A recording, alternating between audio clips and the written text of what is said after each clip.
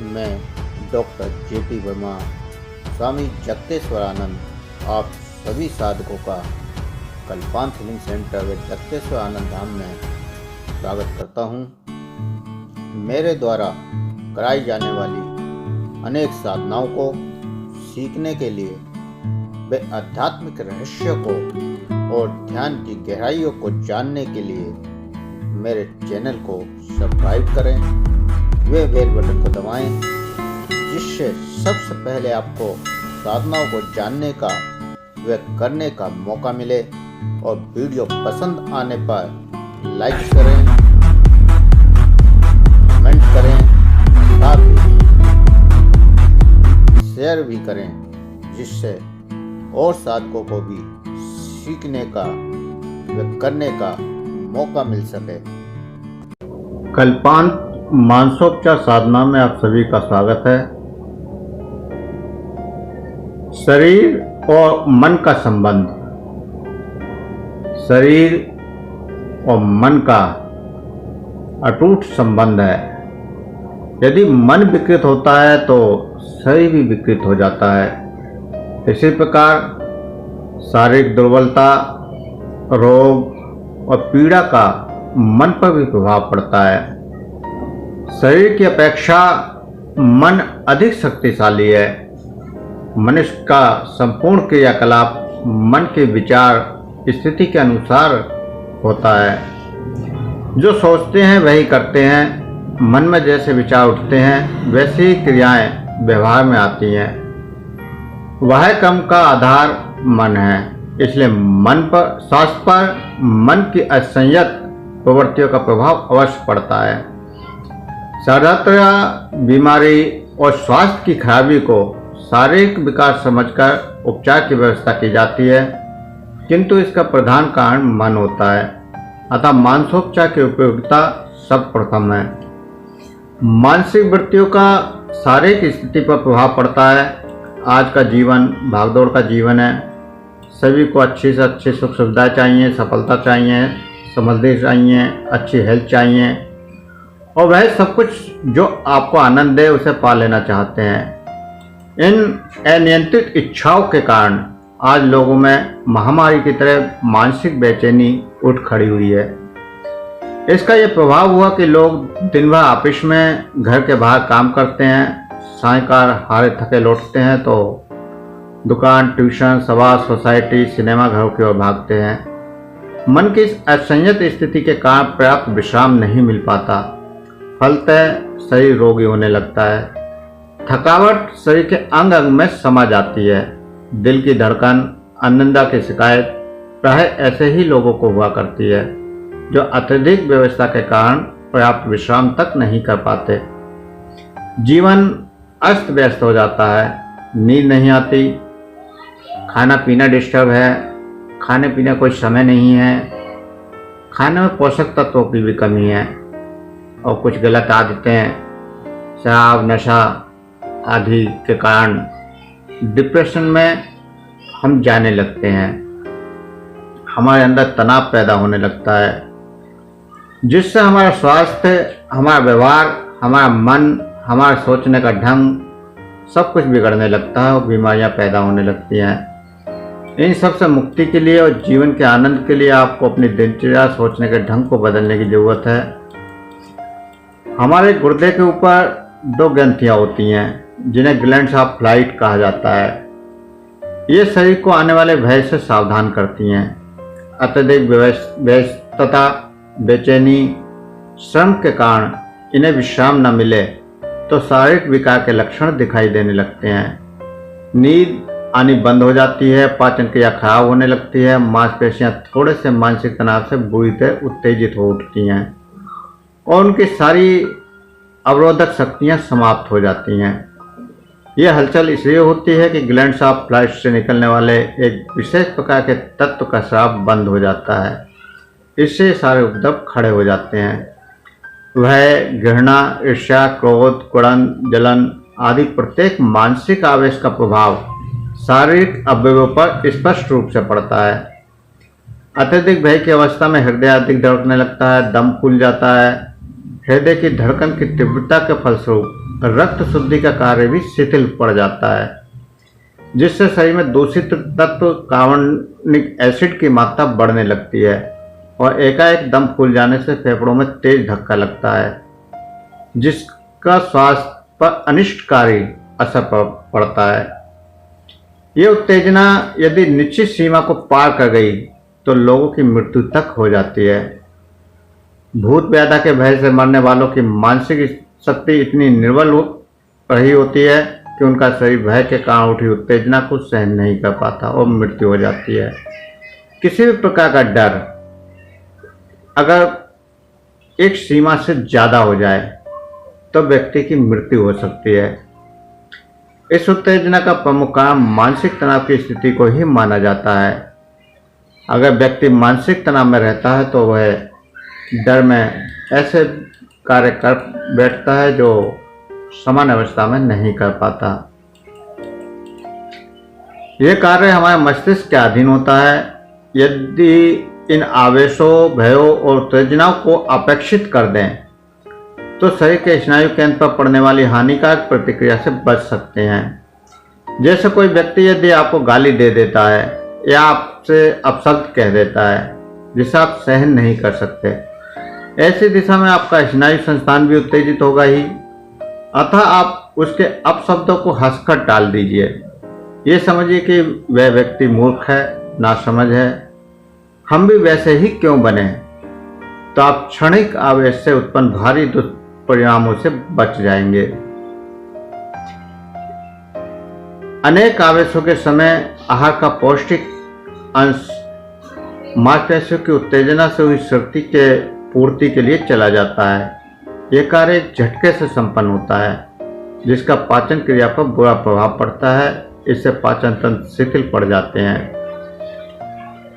आवेश किसी भी प्रकार का हो, क्रोध, भय, डर,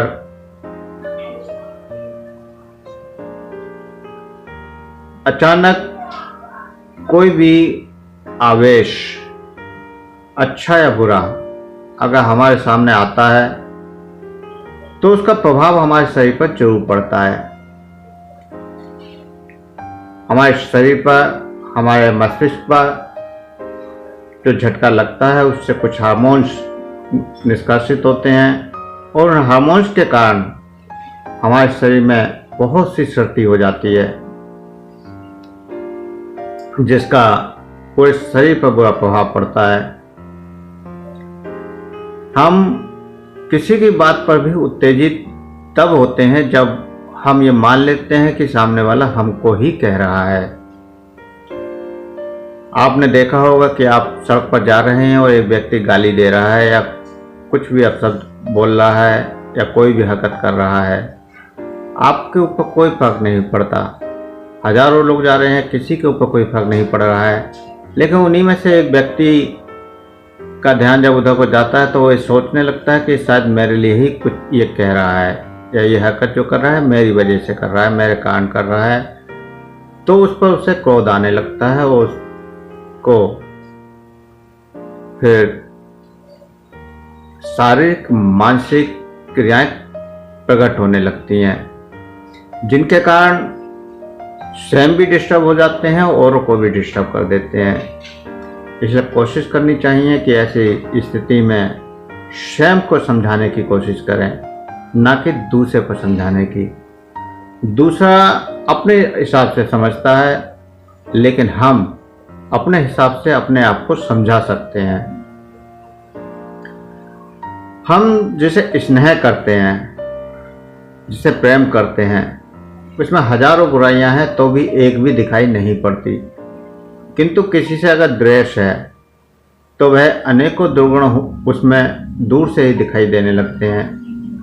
अपने प्रत्येक वस्तु को उदार दृष्टि से देखने और दूसरों के कार्यों में खामियां निकालने की लोगों में आम धारणा होती है। इससे वस्तु के सही दृष्टिकोण का पता नहीं लग पाता। दूसरों के अधिक धन कमाने को यह कहकर ईर्ष्या करने लगते हैं कि उसने डटकर मुनाफाखोरी, चोरबाजारी, ठगी और धोखाधड़ी की है। वही कार्य स्वयं करें तो इसे अपनी बुद्धि का कौशल मानते हैं। इससे सच्चाई छुपती नहीं है और पक्षपात बढ़ता है। ईर्ष्या, विद्वेष, क्रोध और कलह का अधिकांश कारण यही है कि हमारा परखने का दृष्टिकोण हमेशा स्वार्थपूर्ण होता है। अगर किसी बात में हमारा स्वार्थ पूरा हो रहा है तो वो अच्छी है, और उसी बात से दूसरे का स्वार्थ पूरा हो रहा है तो वो बुरी हो जाती है। हर चीज अपनी अपनी जगह अपने अपने समय के अनुसार सही होती है। सामने वाला भी सही कर रहा होता है और हम भी सही कर रहे होते हैं, लेकिन हमारे समझने का नज़रिया, हमारे देखने का नज़रिया डिसाइड करता है कि क्या सही है। हम अगर सही मानते हैं तो सही है, गलत मानते हैं तो गलत है। लेकिन हम अपने सही या गलत को जब दूसरे के ऊपर थोपने लगते हैं तब कलह उत्पन्न हो जाता है। इसलिए अपने परखने के दृष्टिकोण को सुधारने की जरूरत है, सत्य को जानने की जरूरत है। आत्मनिरीक्षण का कार्य इस दृष्टिकोण से करें कि गलत अंदाज लगाने से उठने वाली दुर्भावनाएं हमारे स्वास्थ्य को खराब करेंगी। इससे हमारी सामाजिक प्रतिष्ठा गिर जाएगी, लोग बुरा कहेंगे, हमसे कोई भी आत्मीयतापूर्ण व्यवहार नहीं करेंगे। इस प्रकार सोचने से आपको सही बात का समर्थन करने में किंचित हिचक व संकोच नहीं होगा। इससे आपका मनोबल बढ़ेगा, शक्ति आएगी, प्रसन्नता होगी और स्वास्थ्य भी स्थिर बना रहेगा। आप दूसरों से जैसे व्यवहार की अपेक्षा करते हैं वैसा ही आचरण दूसरों के साथ भी कीजिए। दुख और चिंता से बचाने वाला इससे अच्छा कोई दूसरा उपाय नहीं है। जो दूसरों को दुख देगा या अभद्र व्यवहार करेगा उसे शारीरिक दंड, सामाजिक दंड, प्रतिकार, घृणा, निंदा का पात्र बनना ही पड़ेगा।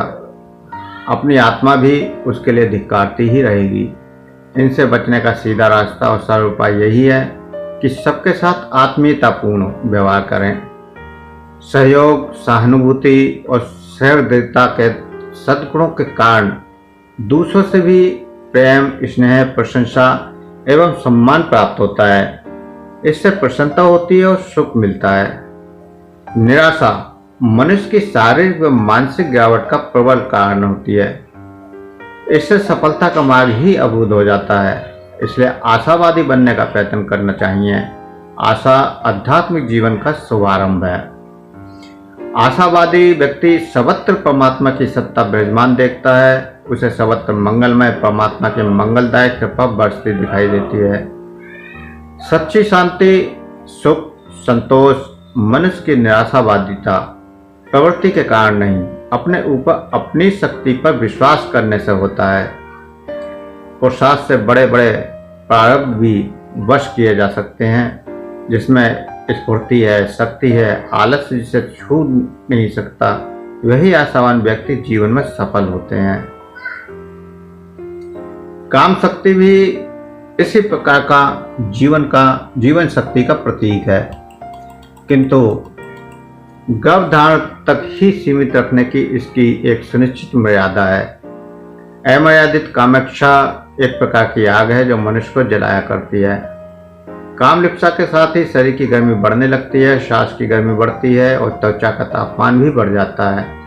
इस गर्मी के दाह से कुछ जीवन तत्व शारीरिक धातु में पिघलने लगती हैं और मूत्र के साथ स्रावित होने लगती हैं। इसका शरीर और मन पर तुरंत प्रभाव होता है। शारीरिक शिथिलता और आसक्तता के साथ ही आत्महीनता, आलस्य, निराशा, दुर्बुद्धि जागृत होने लगती है।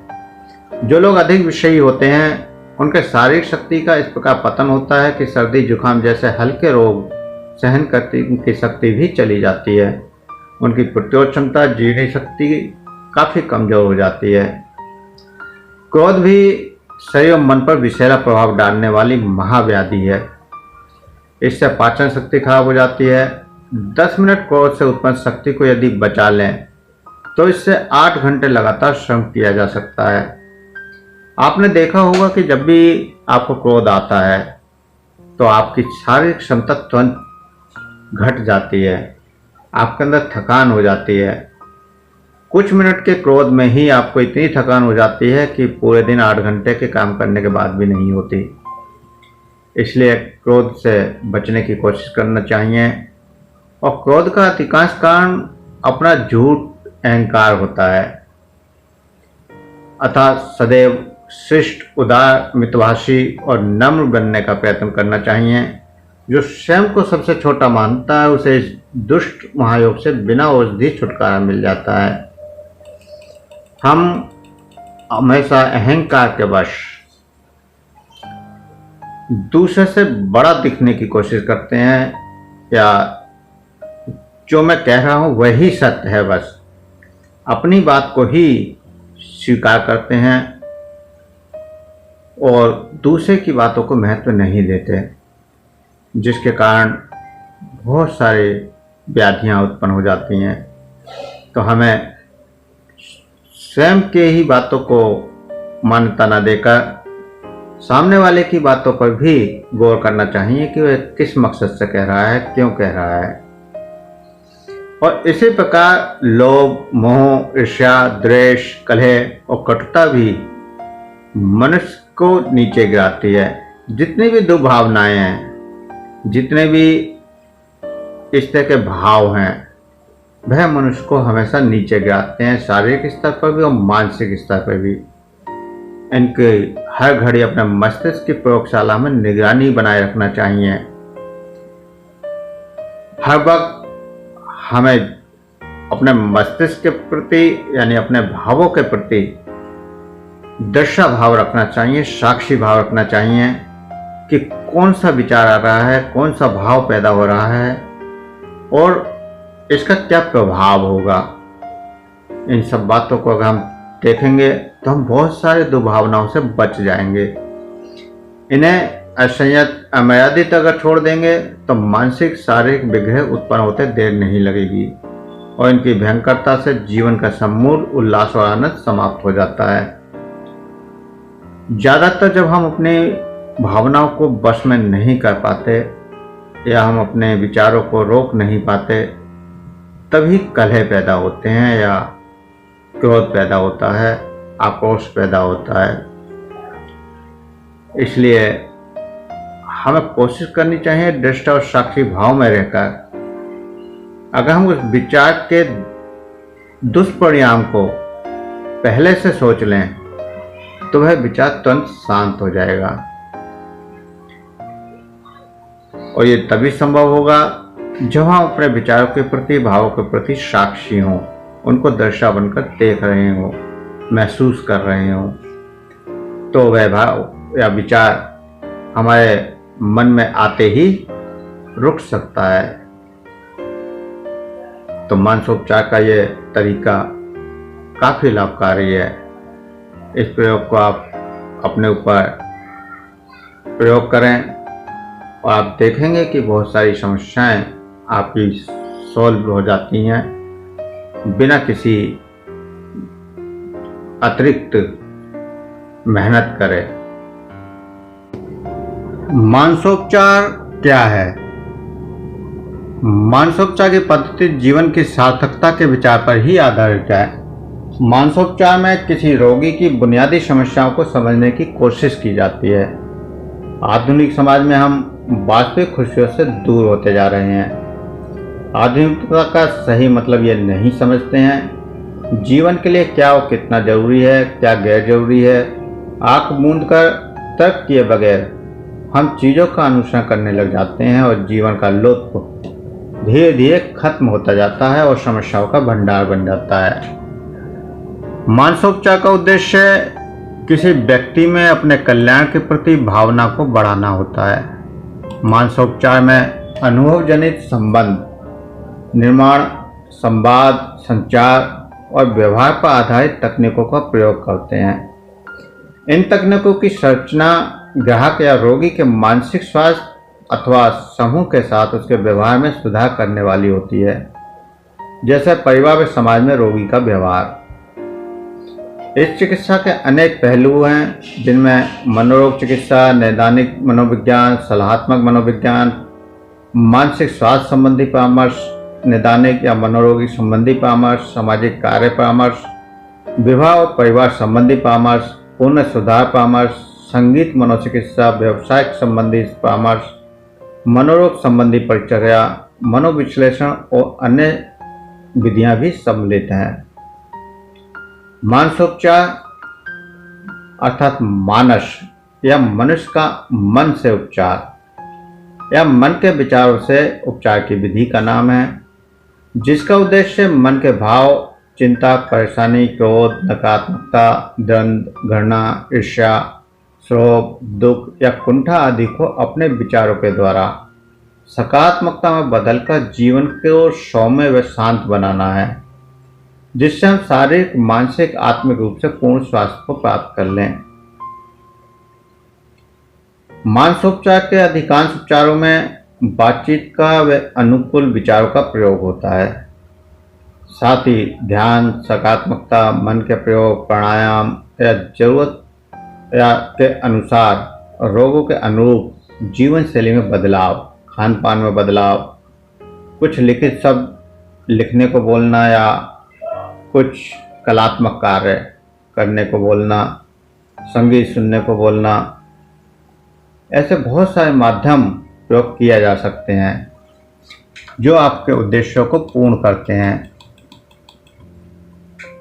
सैद्धांतिक मनोपचार की शुरुआत 19वीं शताब्दी में मनोविश्लेषण से हुई और तभी से अनेकों अन्य माध्यम विकसित हो रहे हैं और लगातार बढ़ते जा रहे हैं।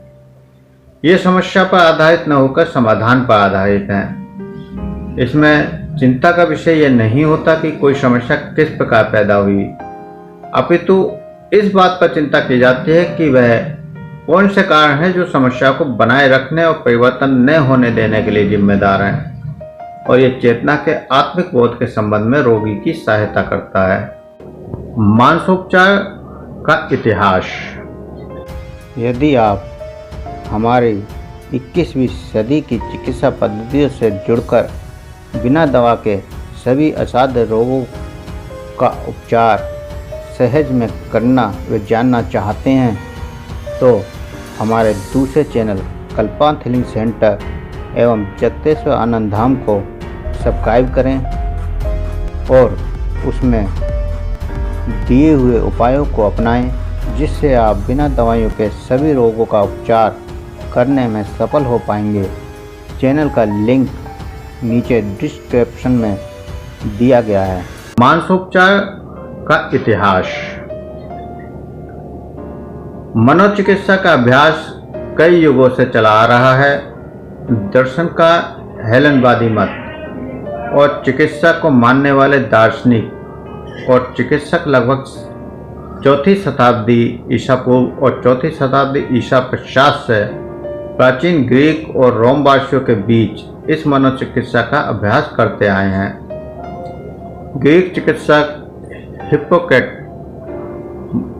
460-377 के अंदर मानसिक अस्वस्थता को एक ऐसी घटना के रूप में देखता था जिसका अध्ययन और उपचार प्रयोग सिद्ध आधार पर किया जा सकता था। उद्देश्यपूर्ण सिद्धांत आधारित मनोचिकित्सा का सर्वप्रथम विकास संभवतः मध्य पूर्व में 9वीं शताब्दी में एशिया के चिकित्सक और मनोवैज्ञानिक विचारक हेजेस 852 से 932 के द्वारा हुआ था, जो एक समय में बगदाद अस्पताल के प्रमुख चिकित्सक थे। उस समय यूरोप में गंभीर मानसिक विकार को सामान्यतः प्रशासनिक या चिकित्सीय अवस्था के रूप में देखा जाता था, जिसमें दंड या कारावास की आवश्यकता नहीं होती थी। 18वीं शताब्दी में नैतिक उपचार शैली के आगमन से पूर्व तक यही स्थिति थी। इसने मनोवैज्ञानिक हस्तक्षेप की संभावना की ओर ध्यान आकर्षित किया, जिसमें तर्क, नैतिक प्रोत्साहन और सामुदायिक क्रियाएं, उन्मादी का पूर्ण सुधार शामिल था। संभवतः मनोविश्लेषण मनोविज्ञान का प्रथम विशिष्ट मत था, जिसका विकास सिगमंड फ्रायड और अन्य ने 1900 की शुरुआत में किया था। एक स्नायु विज्ञानी के रूप में प्रशिक्षित फ्रायड ने उन समस्याओं की ओर ध्यान केंद्रित करना शुरू किया जिनके लिए कोई चेतन मन आधार नहीं था। ये एक सिद्धांतीकरण किया कि उनकी इन समस्याओं के पीछे मनोवैज्ञानिक कारण है जो अवचेतन मस्तिष्क और बचपन के अनुभवों से पैदा हुए हैं। स्वप्न विवेचना मुक्त संबंध व्यक्ति केंद्रित मनोचिकित्सा को मुख्य धारा केंद्र बनाया। सब की श्रेष्ठता का रूपांतरण और विश्लेषण आदि तकनीकों का विकास किया गया। कई सिद्धांतवादी जिसमें Anna Freud, Alfred Adler, Carl Jung, Karen Horney, Erik Ericsson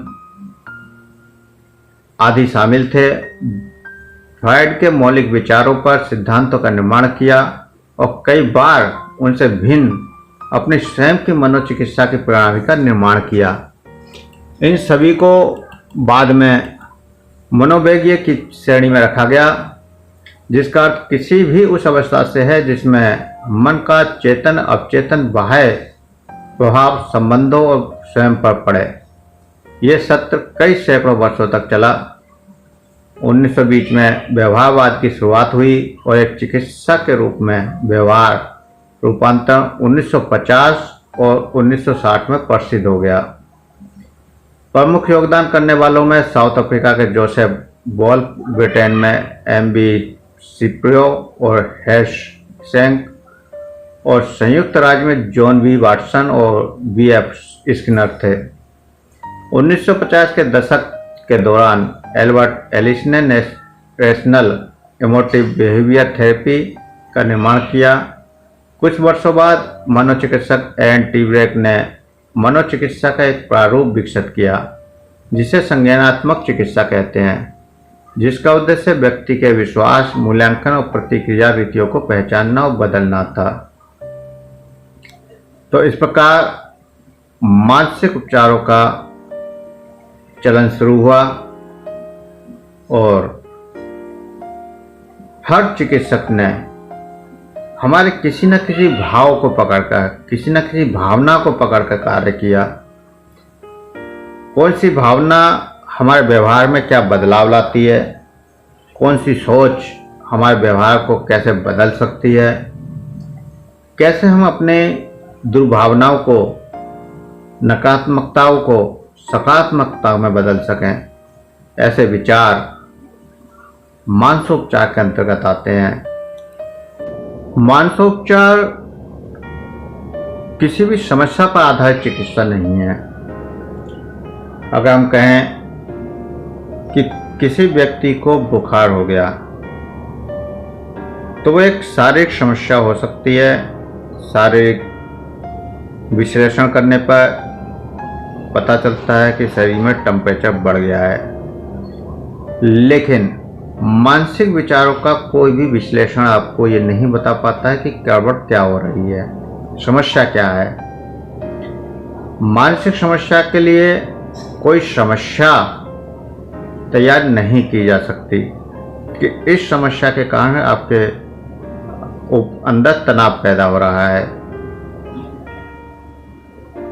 दूसरा, इसका निदान भी स्वयं ही किया जा सकता है। दूसरों के विचार आपको प्रभावित करेंगे या नहीं, इसकी भी कोई गारंटी नहीं होती। बहुत सारे मनोचिकित्सक घंटों परामर्श करते हैं, सलाह भी देते हैं, लेकिन सामने वाला उसे स्वीकार करेगा या नहीं करेगा, ये उसके भावों के ऊपर निर्भर करता है। लेकिन ज़्यादातर मानसिक रोगियों में देखा जाता है कि वह सामने वाले के विचारों को स्वीकार ही नहीं करते और वो अपनी एक दुनिया बना लेते हैं, एक ऐसी दुनिया जो केवल उन तक ही सीमित होती है, एक काल्पनिक दुनिया।